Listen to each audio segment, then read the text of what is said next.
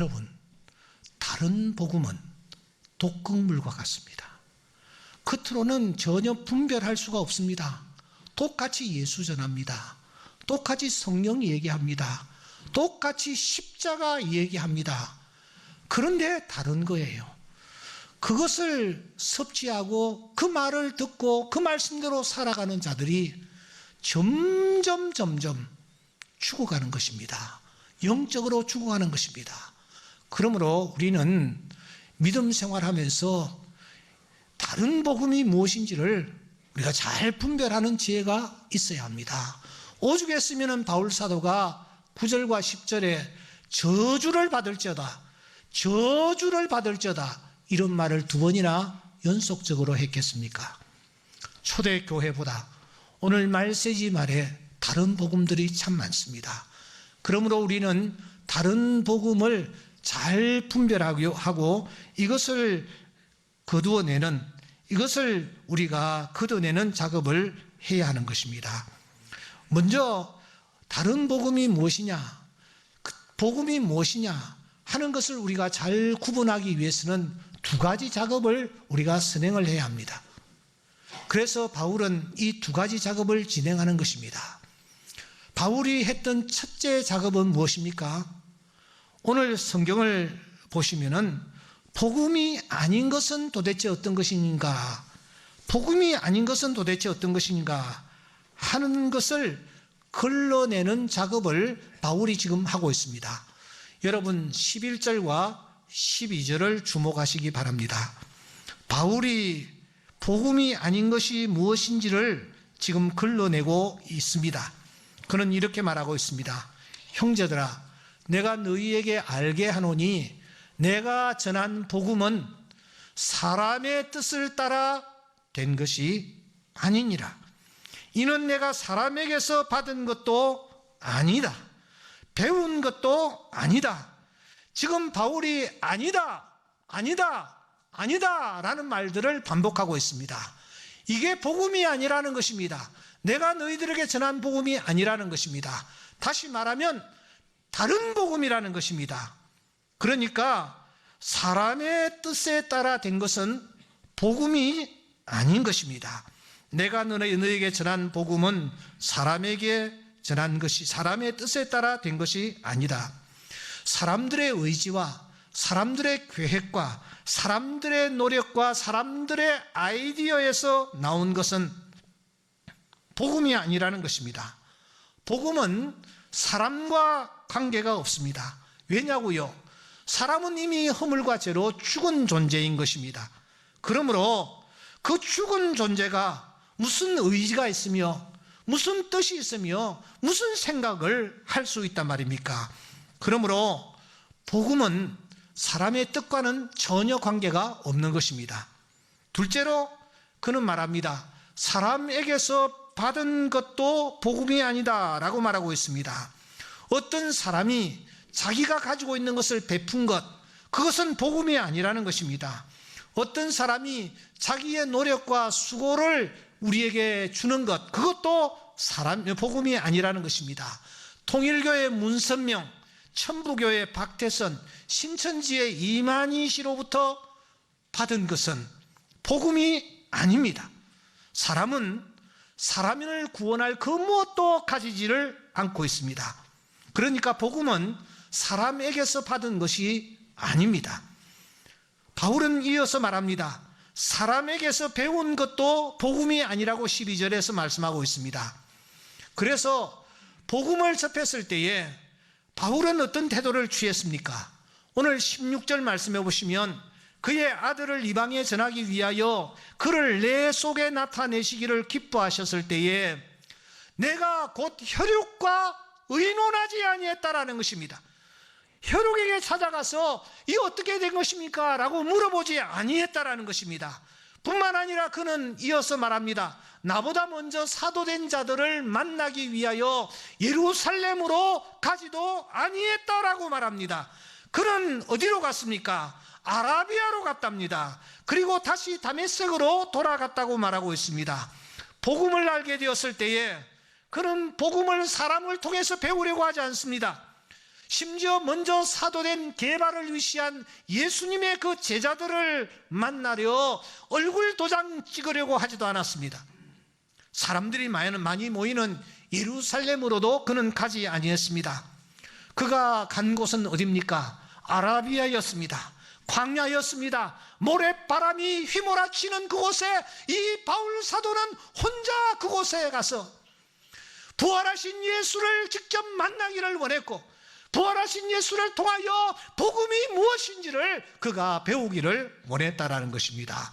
무려 3년 동안 이 아라비아 광야 모래사장이 그의 교실이었으며, 그곳에서 부는 바람이 그에게 들려지는 하늘의 음성이었습니다. 그는 그곳에서 주님 배우기를 원했던 것입니다. 이렇게 복음 아닌 것이 무엇이냐? 다른 복음이 무엇이냐? 사람과 관계된 것입니다. 사람의 뜻이 가미된 것, 사람으로부터 나온 것, 사람이 가르치는 것, 이것은 복음이 아닌 것입니다. 그러면 두 번째로, 복음과 거리가 먼 것은 어떤 것일까요? 복음과 거리가 먼 것을 우리가 걸러내어야 합니다. 우리 예수님이 이 땅에 오셔서 일을 하셨는데, 그때마다 하나님으로부터 환심을 사려고 노력을 하셨을까요? 한 번 더요. 예수님이 이 땅에 오셔서 33년 동안, 공생의 3년 동안 사역하셨는데, 하나님의 환심을 사시기 위해서 노력을 하셨을까요? 하나만 더 묻습니다. 하나님은 오늘 우리가 가진 것 중에 과연 어떤 것을 필요로 하실까요? 우리는 지금 가지고 있는 것이 있습니다. 젊음도 있고 시간도 있고 물질도 있습니다. 우리가 가지고 있는 것들 중에 어떤 것을 하나님이 필요로 하실까요? 제가 하나 더 질문을 던지겠습니다. 하나님의 영원하신 뜻과 계획이 우리의 헌신과 우리의 섬김의 좌우가 될까요? 세 가지 질문입니다. 첫째는 노력과 관계되는 것입니다. 둘째는 소유와 관계가 되는 것입니다. 셋째는 우리의 헌신과 관계가 되는 것인데, 다시 말해서 우리의 노력과 관계가 있느냐 하는 것입니다. 우리의 소유, 이 소유와 관계가 있느냐라는 것입니다. 더 나아가서 우리의 헌신과 관계가 있느냐 하는 질문이었습니다. 여러분, 이 질문을 우리가 던졌는데, 이 질문을 하나씩 좀 다루어 보십시다. 첫째 던졌던 질문은 이것입니다. 예수님이 하나님으로부터 환심을 사려고 노력을 하셨을까 하는 것입니다. 이 질문을 위해서 우리는 그 옛날 예수님께서 빌립과 나눈 대화를 따올 필요가 있습니다. 어느 날 빌립이 예수님에게 다가가셔서 이렇게 질문을 던지죠. 예수님, 궁금합니다. 아버지를 우리에게 좀 보여주십시오. 그리하면은 정말 믿음이 아주 강화되고 흔들림 없이 예수를 믿겠습니다. 그때에 예수님께서 무엇이라고 말씀하십니까? 야, 내가 이렇게 오래 너희와 함께 있었지 않았느냐? 그런데 내가 나를 보지 못했다. 네가 나를 알지 못하느냐? 나를 보았다면 그 사람은 아버지를 본 것이야. 아버지와 내가 하나인 것을 알지 못하느냐? 지금 내가 말하고 있지, 이건 내 말이 아니야. 지금 내가 어떤 행동을 하고 있지, 이 행동도 내가 하는 것이 아니야. 내 안에 계시는 아버지가 그 말을 하도록 하기 때문에 내가 말하고 있는 거야. 내 안에 계시는 아버지가 그렇게 행동을 하라고 하기 때문에 내가 행동을 하는 거야. 이렇게 주님께서 말씀하셨습니다. 그러니까 예수님은 하나님을 위해서 어떤 노력을 하고 있는 것이 아니라 안에 계시는 그분께서 하도록 감동감화 시켜주시는 그 말을 하며 하도록 하는 그 행동을 내가 하고 있다는 것입니다. 이런 사실을 예수님은 몇 차례나 강조하시곤 했습니다. 요한복음 14장 24절에 보시면 너희가 듣는 말은 내 말이 아니요 나를 보내신 아버지의 말씀이다. 요한복음 5장 19절에 보시면 아들이 아버지께서 하시는 일을 보지 않고는 아무도 스스로 할 수가 없다. 아버지께서 행하시는 그것을 아들도 그와 같이 행하느니라. 이어서 30절에 말씀합니다. 내가 스스로 아무것도 할 수가 없다. 8장 28절에 보시면 내가 스스로 아무것도 하지 아니하고 오직 아버지께서 가르쳐 주신 대로 이런 것을 말하는 줄 알리라. 내가 내 자의로 말하는 것이 없다. 나를 보내신 아버지께서 내게 말할 것과 또 이룰 것을 친히 명령하여 주신다. 그렇게 말씀하는 것입니다. 이것입니다. 사랑하는 여러분, 예수님은 하나님을 위하여 무언가를 해야 되겠다라고 노력하고 애쓰지 아니하셨다라는 것입니다. 오직 내 안에 찾아오신 하나님, 그분과의 연합을 통하여 그분께서 내 안에 감동감화 시켜주시는 대로 말하고 행동했다라는 것입니다. 그는 혼자서 독자적으로 별개로 그는 그 무엇도 하지 않으셨습니다. 스스로 무엇을 하려고 애쓰지 않으셨습니다. 아니, 혼자서는 스스로 아무것도 할 수가 없었습니다. 오직 하나님께서 공급해 주시는 힘과 하나님께서 공급해 주시는 지혜로 그가 하나님의 일을 감당했다라는 것입니다. 여기서 내릴 수 있는 결론은 이것입니다. 예수님은 땅 위에 계시면서 하나님에게 환심을 사려는 그 어떤 노력을 하지 아니하셨다라는 것입니다. 두 번째, 우리는 이런 질문을 던졌습니다. 하나님은 우리가 가진 것 중에 어떤 것을 필요로 하실까 하는 질문이었습니다. 여러분들은 이 질문에 대해서 스스로 어떻게 답하고 계셨습니까? 지금 무엇을 소유하고 계십니까? 무엇을 도대체 자랑하고 계십니까? 무엇을 귀히 여기고 계십니까?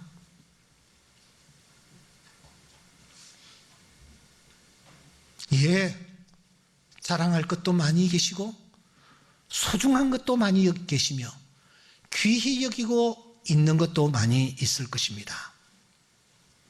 그것들을 한번 나열해 보시기 바랍니다. 그리고 이런 질문을 던지셔야 합니다. 내가 가지고 있는 이것 도대체 누가 나에게 주신 것일까? 원주인은 도대체 누구일까? 이런 질문입니다. 누가 주셨습니까? 누가 나에게 주셨습니까? 부와 기가 주께로 말미암고 모든 사람을 크게 하심과 강하게 하심이 주의 손에 있습니다. 다윗이 하나님 앞에서 예물을 드리며 올렸던 기도의 내용입니다. 부하십니까? 하나님이 주셨습니다. 귀한 자리에 오르셨습니까? 하나님이 주셨습니다. 모든 권세와 능력 하나님이 주셨습니다. 크게 되셨습니까? 하나님이 그렇게 하셨습니다. 강하게 되셨습니까? 하나님이 그렇게 하신 줄 믿습니다. 모든 것이 주님의 손으로부터 나에게 주어진 것입니다. 훌륭한 자녀를 두셔서 자랑스러우십니까? 성경은 말합니다. 보라, 자식들은 여호와의 기업이요 태의 열매는 그의 상급이로다. 여러분의 남편이 자랑스럽습니까? 여러분의 아내가 그렇게 사랑스럽습니까? 누가 주셨습니까? 아담이 말합니다. 하나님이 주셔서 나와 함께 하신 여자입니다. 하나님이 주셨습니다. 여러분, 숨쉬고 있습니다. 호흡하고 있습니다. 누가 주셨습니까? 만민에게 생명과 호흡과 만물을 친히 주시는 분이 하나님이신 줄 믿습니다. 하나님이 호흡을 주셔서 지금 우리가 호흡하고 있습니다. 하나님이 생명을 주셔서 우리가 지금 살아있는 줄 믿습니다. 모든 것 다 하나님이 우리에게 주셨습니다. 그러므로 이 모든 것의 주인은 하나님이십니다. 그 하나님이 우리에게 주셨는데 그 하나님이 무엇을 여러분 필요로 하실까요? 왜냐고요?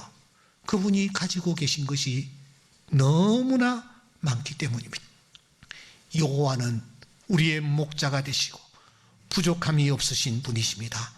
그러므로 하나님은 오늘 우리가 가지고 있는 것에 관심 없으세요. 하나님은요, 야, 그 참 귀하구나, 그 나를 달라. 하나님이 가지고 있는 것을 우리에게 요구하시지도 않습니다. 바라지도 않습니다. 왜냐하면 하나님에게 다 있기 때문입니다. 그러므로 하나님은 우리가 가지고 있는 것 중에 그 어떤 것도 필요로 하지 않습니다. 우리가 소유한 그 어떤 것도 하나님은 관심이 없으십니다. 마지막으로 던졌던 질문이 무엇이었습니까? 하나님의 영원하신 뜻과 계획이 우리의 헌신과 섬김의 좌우가 될까 하는 것이었습니다. 이 질문에 바울은 이렇게 답합니다. 너희를 부르시는 이는 미쁘시니 그가 또한 이루시리라. 할렐루야. 따라해 보겠습니다. 그가 또한 이루시리라. 아멘. 그가 또한 이루시리라. 하나님이 이루어 가시는 줄 믿습니다. 당신이 세우신 계획, 당신의 뜻 절대로 사람에 의해서 좌지우지되지 않습니다. 성경은 이렇게 말합니다. 너희는 가만히 있어 내가 하나님 됨을 알지어다. 너희들은 가만히 있으라 내가 하나님 됨을 보여주마 말씀하십니다. 성경은 그가 계획하신 것 그가 이루어 가신다고 말씀합니다. 우리는 가만히 있어야 된다라고 말씀하십니다.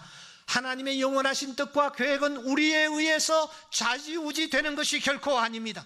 우리의 실패와 우리의 불순종에도 좌지우지 되지 않습니다. 절대로 영향을 받지 않습니다. 아담이 범죄했을지라도 하나님은 당신의 뜻을 이루어 가십니다.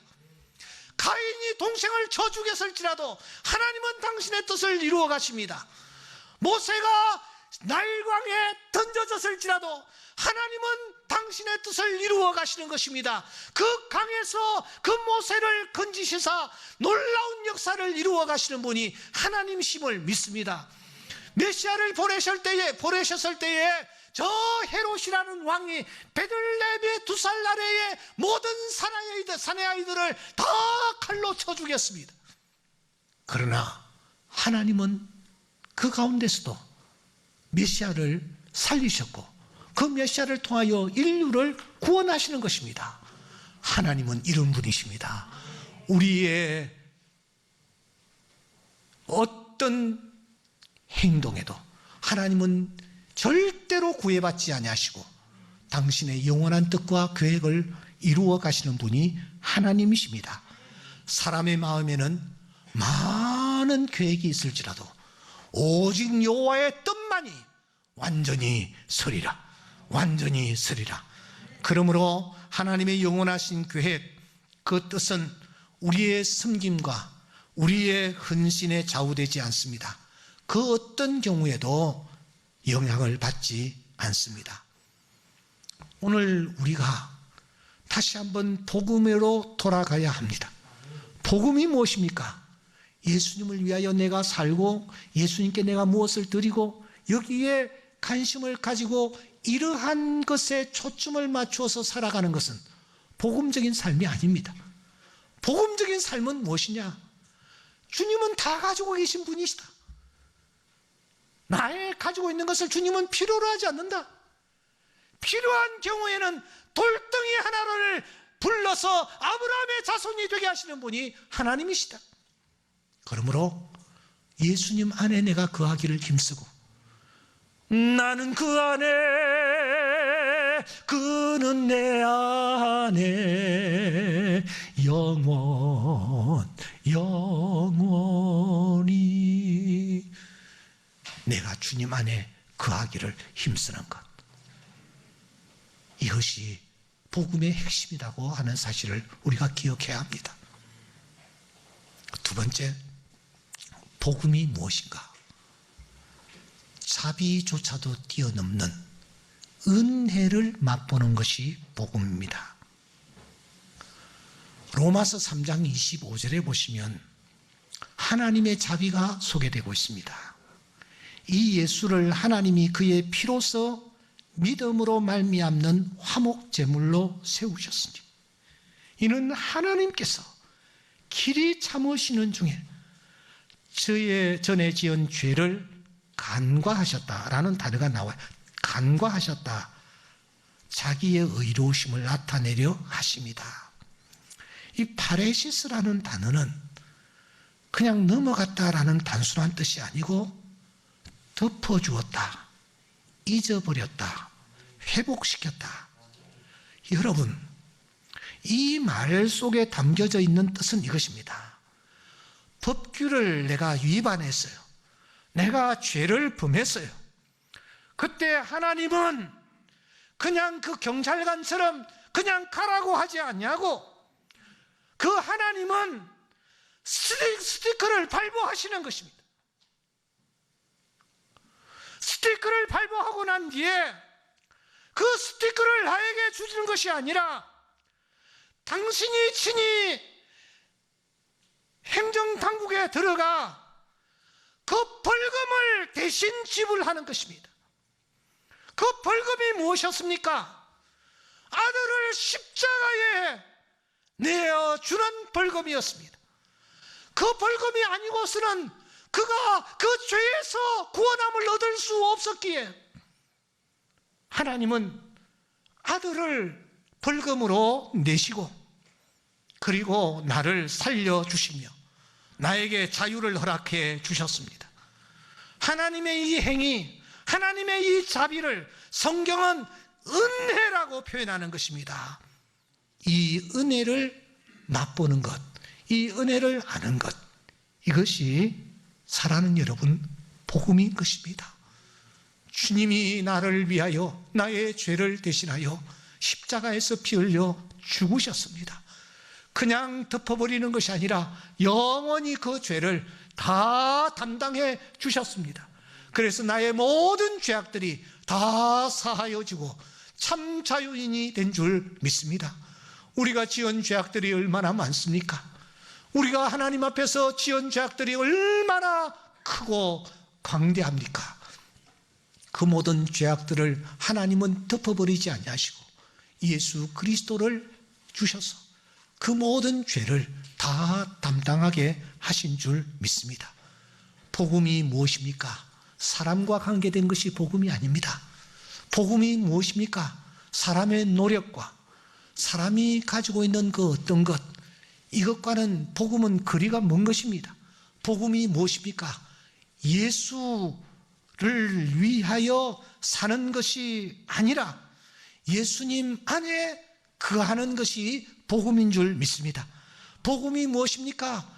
자비조차도 뛰어넘는 은혜를 맛보는 것입니다. 이것을 위하여 주님은 이 땅에 오셨고 한마디 말씀도 없이 우리의 죄를 위하여 십자가에서 피 흘려 돌아가 화목제물이 되신 것입니다. 이 주님을 믿음으로 바라보며 나아갈 때에 하나님은 내 안에 찾아오셔서 나의 죄를 사해 주실 뿐만 아니라 더 이상 죄를 범하지 아니하도록 내 안에 성령까지 보내주셔서 나의 걸음을 인도하시고 간섭하시고 내 마음에 감동 감화를 주셔서 다시 저 샌프란시스코까지 교통 법규를 위배하지 아니하고 안전하게 갈 수 있도록 인도해 주시는 분이 우리 하나님이심을 믿습니다. 이 하나님을 믿음의 눈으로 바라보며 오늘도 믿음의 경주를 경주해가는 주의 귀한 자녀들 될 수 있기를 주의 이름으로 축원합니다.